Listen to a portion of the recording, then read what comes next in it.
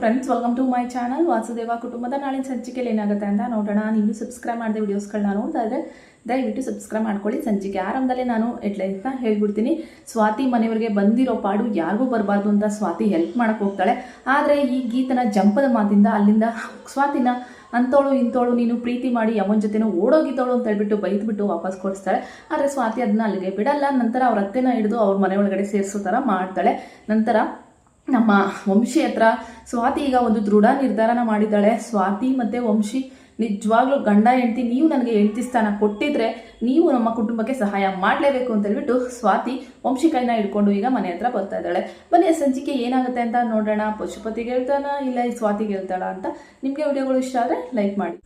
Friends, ಸಂಚಿಕೆ ಆರಂಭದಲ್ಲಿ ಈ ಕಡೆ ನಮ್ಮ ಸ್ವಾತಿ ಇವ್ರ ಮನೆ ಬಾಗ್ಲಲ್ಲಿ ಕೂತಿರೋ ಫೋಟೋನ ನೋಡಿದ ತಕ್ಷಣ ತುಂಬಾ ಬೇಜಾರು ಮಾಡಿಕೊಂಡು ಅಲ್ಲಿಗೆ ಓಡ್ ಬಂದು ನಮ್ಮ ಮನೆಗೆ ಬನ್ನಿ ಅಲ್ಲಿಗೆ ಬನ್ನಿ ರೆಸ್ಟೋರೆಂಟ್ಗೆ ಅಂತ ಹೇಳಿ ಕರೀತಾರೆ. ಆದರೆ ಈ ಗೀತಾ ಇದ್ದೋಳು, ಏಯ್ ನೀನು ಯಾರೇ ಬಂದು ಕೇಳೋಕ್ಕೆ, ನಾವು ಹಿಂಗೆಲ್ಲ ಇರೋದು ನೋಡಿ ನೀನು ಆಡ್ಕೊಳಕ್ಕೆ ಬರ್ತಿದ್ಯಾ ಅಲ್ವಾ ಅಂದಾಗ, ಅಯ್ಯೋ ಅಕ್ಕ ಆ ಥರ ಅನ್ಕೋಬೇಡ ಕಣೆ ಅಂದಾಗ, ಹೇ ಮುಚ್ಚೆ ಬಾಯಿ ಅಂದಾಗ, ಏಯ್ ಗೀತಾ ಯಾಕೆ ಹಂಗೆಲ್ಲ ಆಡ್ತಿದ್ಯಾ, ನಿಮ್ಮ ಅಪ್ಪ ಇದ್ದಿದ್ರು ಇದೇ ಕೆಲಸ ಮಾಡ್ತಿದ್ರು ಅಲ್ವೇನೆ ಅಂದಾಗ, ಅಪ್ಪನಿಗೆ ಇವಳು ಹೋಲಿಸ್ಬೇಡಮ್ಮ, ಇವಳು ಯಾವನೋ ಸಿಕ್ತಾ ಅಂತ ಹೇಳ್ಬಿಟ್ಟು ಅವನಿಂದೆ ಓಡೋದವಳು ಪ್ರೀತಿ ಪ್ರೇಮ ಅಂತ, ಇವಳ ಬಗ್ಗೆ ಏನಮ್ಮ ಅಜ್ಜಿ ದೊಡ್ಡದಾಗಿ ಕೊಚ್ಕತ್ಯ ಅಂದ್ಬಿಟ್ಟು ಈ ಕಡೆ ಗೀತಾ ಹೇಳಿದಾಗ, ನೋಡು ಸ್ವಾತಿ ಗೀತಾ ಮಾಡಿರೋ ತಪ್ಪನೆ ಪದೇ ಪದೇ ಹೇಳಬೇಡ ಆಯಿತಾ, ಅವಳೇನೋ ನಮ್ಮ ಪರಿಸ್ಥಿತಿ ನೋಡಿ ಬಂದಿದ್ರೆ ಈ ರೀತಿ ಮಾತಾಡ್ತಿದ್ದೀರಾ ಅಂದಾಗ, ಇವಳು ಸಹಾಯ ನಮಗೆ ಬೇಕಾಗಿಲ್ಲ, ಹೇಯ್ ಹೋಗ ಇಲ್ಲಿಂದ, ಬೇಕಿದ್ರೆ ಬೀದಿಲಿದ್ರೂ ಪರವಾಗಿಲ್ಲ, ನೀನು ಹೇಳಿದ್ದಕ್ಕೆ ಮಾತ್ರ ಬರಲ್ಲ ಅಂತೇಳ್ಬಿಟ್ಟು ಗೀತಾ ಹೇಳ್ಬಿಡ್ತಾಳೆ. ಇನ್ನು ಸ್ವಾತಿ ಅಲ್ಲಿಂದ ಬಂದಮೇಲೆ ಏನು ಮಾಡೋದು, ಇವ್ರನ್ನ ಮನೆ ಒಳಗಡೆ ಹೇಗೆ ಸೇರಿಸೋದು ಅಂತೇಳ್ಬಿಟ್ಟು ಅವ್ರ ಅತ್ತೆ ಎಲ್ಲೋ ಹೋಗೋ ಅವ್ರ ಅತ್ತೆನ ಹಿಡಿದು ಏನಾದರೂ ಮಾಡಿ ಇವತ್ತು ಬೀಗ ತೆಗೆದು ಅವ್ರನ್ನ ಅಲ್ಲೇ ಇರೋ ಥರ ಮಾಡಿ ಅಂತೇಳ್ಬಿಟ್ಟು ರಿಕ್ವೆಸ್ಟ್ ಮಾಡ್ಕೋತಾರೆ. ಅಷ್ಟರಲ್ಲಿ ಈ ಕಡೆ ಗೀತಾವ್ರ ಅತ್ತೆ ಬಂದ್ಬಿಟ್ಟು, ಅಯ್ಯೋ ಎಲ್ಲ ಇಲ್ಲಿ ಕೂತಿದ್ದೀರಾ ಅನ್ನರಿ ಒಳಗಡೆ ಅಂತೇಳ್ಬಿಟ್ಟು ಬೀಗ ತೆಗೆದು ಇಡ್ತಾರೆ. ಇನ್ನು ಪದ್ಮಗೆ ಸ್ವಾತಿ ಬರಲಿಲ್ಲ ಅಂದರೆ ಖಂಡಿತ ನಾನು ಊರಿಗೆ ಹೋಗ್ಬಿಡ್ತಿದ್ದೆ ಅಕ್ಕ ಅಂತೇಳ್ಬಿಟ್ಟು ಹೇಳ್ತಾರೆ. ಏನು ಹೇಳ್ತಾ ಇದೆಯಾ ಅಂದಾಗ, ಹೌದು ಸ್ವಾತಿ ಬಂದು ಸಿಕ್ಕಿ ಈ ಥರ ಮನೆಯವ್ರ ಪರಿಸ್ಥಿತಿ ಹಿಂಗಿದೆ, ನಾನು ಕರೆದು ಬರ್ತಿಲ್ಲ, ಆದಷ್ಟು ಬೇಗ ಹೋಗಿ ಬೀಗ ತೆಗಿರಿದ್ದಕ್ಕೆ ಬಂದಿದ್ದು ಅಂದಾಗ, ಅವಳು ನಿಮ್ಮ ಗಂಡನ ಗುಣನೇ ಕಣೆ ಅಂದಾಗ, ಹೌದು ಅಕ್ಕ ಸ್ವಾತಿ ಎಲ್ಲ ನಮ್ಮ ಮನೆಯವ್ರ ಥರನೇ, ಆದರೆ ಗೀತಾ ಯಾಕೆ ಅರ್ಥ ಮಾಡ್ಕೊತಿಲ್ವೋ ಗೊತ್ತಿಲ್ಲ ಅಂದಾಗ, ಆದರೂ ಸ್ವಾತಿ ಅಷ್ಟು ದೊಡ್ಡ ಮನೆಗೆ ಸೊಸೆಯಾಗಿ ಹೋದ್ರೂ ನಿಮ್ಮ ಕುಟುಂಬದ ಮೇಲೆ ಇಕ್ಕಿರೋ ಪ್ರೀತಿನ ದೇವರೇ ಅವಳು ಮರೆಯಲ್ಲ ಕಣೆ ಪದ್ಮ ಅಂತೇಳ್ಬಿಟ್ಟು ಹೇಳ್ತಾ ಇರ್ತಾರೆ. ಬಾ ಈಗ ಸ್ವಾತಿ ಬಗ್ಗೆ ಗೀತಂಗೆ ಎಷ್ಟು ಹೇಳಿದ್ರು ಅರ್ಥ ಆಗಲ್ಲ. ಗೀತಂಗೆ ಮುಖದ ಮೇಲೇ ಕೋಪ ಇರುತ್ತೆ. ಇದಕ್ಕೆ ಏನಾದರೂ ಪ್ಲ್ಯಾನ್ ಮಾಡಬೇಕು ಅಂತೇಳ್ಬಿಟ್ಟು ಈ ಕಡೆ ಗೀತವ್ರ ಅತ್ತೆ ಒಂದು ಪ್ಲ್ಯಾನ್ನ ಮಾಡ್ತಾರೆ. ಇವ್ರನ್ನೆಲ್ಲ ಇಲ್ಲಿರ್ಸೋಣ, ಗೀತಾ ಇಲ್ಲಿರೋ ಅಷ್ಟು ದಿನ ಸ್ವಾತಿ ಮನೆಗೆ ಬರೋಕ್ಕೆ ಸಾಧ್ಯನೇ ಇಲ್ಲ. ಹಂಗಾಗಿ ಗೀತಾ ಮತ್ತು ಗಂಡನ್ನ ಬೇರೆ ಅಂದರೆ ಅವ್ರ ಅತ್ತೆ ಮಾವನ ಮನೆ ಇವ್ರ ಮನೆಗೆ ಕರ್ಕೊಂಡು ಹೋದರೆ ಹೇಗಿರುತ್ತೆ ಅಂದ್ಬಿಟ್ಟು ಪದ್ಮನ ಹತ್ರ ಪ್ಲ್ಯಾನ್ ಮಾಡ್ತಾರೆ. ಇನ್ನು ಗೀತಾ, ನಾನು ನಿಮ್ಮ ಅತ್ತೆ ಹೇಳ್ತಿದ್ದೀನಿ, ನೀನು ನನ್ನ ಜೊತೆ ಬರಬೇಕು ಅಂದಾಗ, ನಾನು ಯಾಕೆ ನಿಮ್ಮ ಜೊತೆ ಬರಬೇಕು, ನಾನು ಬರಲ್ಲ, ನಾನು ನಮ್ಮ ಅಮ್ಮನ ಮನೆಯಲ್ಲೇ ಇರ್ತೀನಿ ಅಂದಾಗ, ಮದುವೆ ಆದಮೇಲೆ ಗಂಡನ ಮನೆಯಲ್ಲಿರೋದು ವಾಡಿಕೆ, ಈಗ ನೀನು ಬಾಯಿ ಮುಚ್ಕೊಂಡು ಬರ್ತಾ ಇರಬೇಕು ಅಂತೇಳ್ಬಿಟ್ಟು ಸಿಟ್ಟಾಗಿ ಗೀತನ್ನ ಹೇಳ್ಕೊಂಡು ಆ ಕಡೆ ಅವ್ರ ಅತ್ತೆ ಮನೆಗೆ ಕರ್ಕೊಂಡು ಹೋಗ್ತಾರೆ. ಇವ್ರು ಏನು ಮಾಡ್ತಾ ಇದ್ದಾರೆ, ಏನಾದರೂ ಜಗಳ ಆಡಕ್ಕೆ ಬಂದಿದ್ದಾರೆ ಅಂತೇಳ್ಬಿಟ್ಟು ಎಲ್ಲರಿಗೂ ಕನ್ಫ್ಯೂಸ್ ಆಗಿಬಿಡುತ್ತೆ.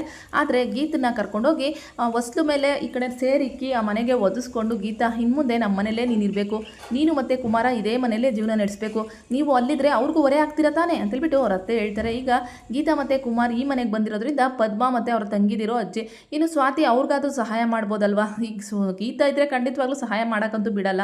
ಗೀತಾಗೆ ನಮ್ಮ ಸ್ವಾತಿ ಬಗ್ಗೆ ಇನ್ನೂ ಸಹ ಗೊತ್ತಾಗಿಲ್ಲ.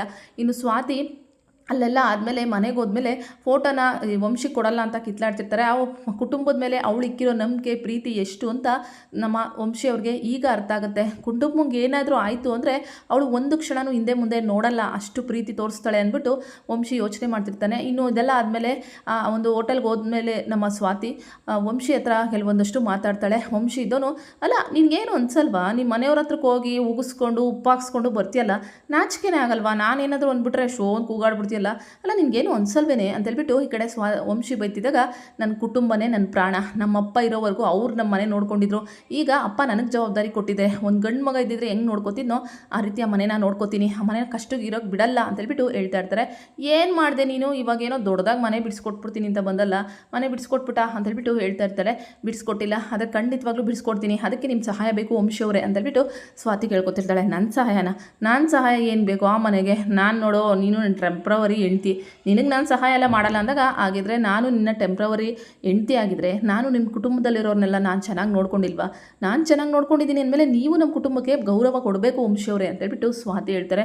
ಸರಿ ಆಯಿತು, ಇಷ್ಟೊಂದೆಲ್ಲ ಗೋಗರಿಯೋದು ಬೇಡ, ಈಗ ಏನು ಮಾಡಬೇಕು ಹೇಳು ಅಂತೇಳ್ಬಿಟ್ಟು ವಂಶಿಗೆ ಹೇಳಿದಾಗ, ಬನ್ನಿ ನನ್ನ ಜೊತೆ ಹೇಳ್ತೀನಿ ಅಂತೇಳ್ಬಿಟ್ಟು ವಂಶಿ ಕೈ ಹಿಡ್ಕೊಂಡು ದೇವ್ರ ಮುಂದೆ ನಿಂತ್ಕೊಂಡು ನಿಜವಾಗ್ಲೂ ಹೇಳಿ, ನಿಮಗೆ ನಮ್ಮ ಮನೆಯವ್ರ ಮೇಲೆ ಗೌರವ ಇಲ್ವಾ? ನೀವು ಈ ತಾಳಿನ ನಿಮ್ಮ ಅಮ್ಮನ ತಾಳಿನ ನನ್ನ ಕೊರಳಿಗೆ ಹಾಕಿದಿರಲ್ಲ, ನಮಗೆ ಮದುವೆ ಆದಂಗೆ ಲೆಕ್ಕ ಅಲ್ವಾ? ನಮ್ಮಿಬ್ರಿಗೆ ಗೊತ್ತು ಮದುವೆ ಇದು ನಾವು ಮಾಡ್ಕೊಂಡಿರೋದು ಅಂತ. ಆದರೆ ಪ್ರಪಂಚಕ್ಕೆ ನಾವಿಬ್ಬರು ಗಂಡ ಹೆಂಡ್ತೀನಿ ಅಂತೇಳ್ಬಿಟ್ಟು ಸ್ವಾತಿ ಹೇಳ್ತಾಳೆ.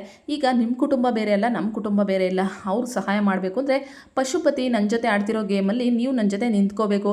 ಅವನೇನಾದರೂ ಆ ಕೀ ಕೊಡ್ದಂಗೆ ನಾನು ನಾಟಕ ಆಡಿದ್ರೆ ನೀವು ಮುಂದಕ್ಕೆ ನನ್ನ ಜೊತೆ ನಿಂತು ಅದಕ್ಕೆ ನ್ಯಾಯ ಕೊಡಿಸ್ಬೇಕು ಅಂತೇಳ್ಬಿಟ್ಟು ಸ್ವಾತಿ ಕೇಳ್ಕೊತಾಳೆ. ಸರಿ ಆಯಿತು, ಈಗೇನು ಅದಕ್ಕೆ ಸಹಾಯ ಮಾಡ್ಬೇಕು ತಾನೆ? ಆ ಪಶುಪತಿ ಸರಿ ಇಲ್ಲ ಅಂತ ಮೊದಲೇ ಗೊತ್ತು ತಾನೆ, ಅವನ ಜೊತೆ ಯಾಕೆ ಕೇತೆ? ಅವ್ನು ಅದಕ್ಕೆ ದೂರ ಇಟ್ಟಿರೋದು ನಾನು ಅಂದ್ಬಿಟ್ಟು ವಂಶಿ ಹೇಳ್ತಾ ಇರ್ತಾರೆ. ವಂಶಿಯವರೇ, ನೀವು ನನಗೆ ಪ್ರಾಮಿಸ್ ಮಾಡಬೇಕು, ನೀವು ನನಗೆ ಸಹಾಯ ಮಾಡ್ತೀರಾ, ನಮ್ಮ ಮನೆ ಬಿಡಿಸ್ಕೊಡೋಕ್ಕೆ ಹೆಲ್ಪ್ ಮಾಡ್ತೀರಾ ಅಂದ್ಬಿಟ್ಟು ಸ್ವಾತಿ ಕೇಳ್ತಾಳೆ.